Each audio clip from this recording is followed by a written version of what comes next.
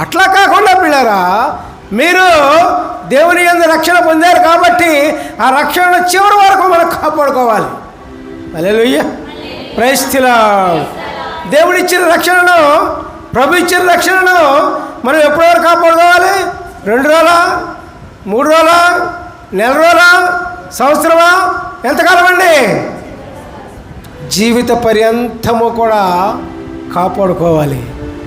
ఏదైనా పొరపాట్లు చేస్తే పిల్లారా, మళ్ళీ వెంటనే పశ్చాత్తాపంతో దేవుని దగ్గరికి వచ్చేయండి. ఆ పొరపాటుతో జీవించవద్దు. పొరపాటే మన జీవితాలు నాశనం చేసేది పిల్లారా. మంచి జీవితం కావాలన్నా, ప్రభునందు నమ్మకంగా ఉండాలన్నా దేవుని యొక్క మార్గంలోనే ఉంటేనే మనకు మంచి జీవితం ఉంటుంది. దేవుని యొక్క మార్గంలో లేకపోతే పిల్లారా, మనము మన కుటుంబాలు కూడా శాపగ్రస్తం అయిపోతాం. శాపగ్రస్తంగా ఉంటాం, కుటుంబాలు నాశనం అవటం ఎవరికీ ఇష్టం ఉండదు. అంతా చక్కగా ఉండాలని, బాగుండాలని అందరికీ కోరిక ఉంటుంది. మరి ఆ కోరిక తగ్గట్టు కూడా మనం మారు మనసు పొంది మనం ఏం చేయాలి? ఆ మారు మనసుని చివరి వరకు కూడా మనం కాపాడుకోవాలి జాగ్రత్తగా. మరి మనం డబ్బులు దాచుకుంటాం, ఎంత చక్కగా కాపాడుకుంటాం ఏమ్మా.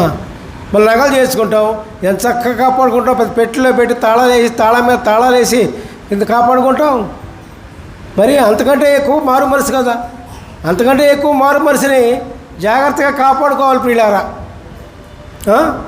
డబ్బుల కంటే విలువైంది, లోక ధనం కంటే విలువైంది, గొప్ప వ్యాపారాల కంటే విలువైంది, తర్వాత గొప్ప అంతస్తు కంటే విలువైంది, అధికారం కంటే విలువైంది మారు మనసు.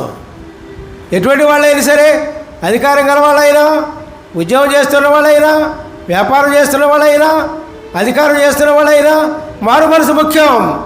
ఏ ఉద్యోగాలు చేయి, ఏదైనా చేయి, నువ్వు మారు మనసు కలిగి నువ్వు ఉద్యోగం చేయి.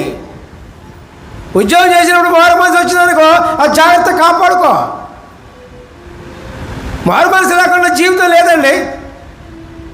ఆ మారు మనసు ఇచ్చే దేవుడు ఒక్కడే. ఎన్ని కార్యాలు చేసినా, ఎన్ని ధర్మ కార్యాలు చేసినా, ఎన్ని మేలు చేసినా నీకు మారు మనసు రాదు. కానీ యేసు ప్రభు దగ్గరికి వస్తేనే, యేసయ్య దగ్గరికి వస్తేనే అప్పుడు నీకు మంచి జీవితము, నూతన జీవితము, కొత్త ఆకాశము, కొత్త భూమిలోనికి మీరు అడుగు పెడతారు. Hallelujah, praise the lord, praise the lord, praise the lord. క్రీస్తు యేసునందు ఉండుటే, చెప్పండి డాష్, క్రీస్తు యేసునందు ఉండుటే నూతన సృష్టి.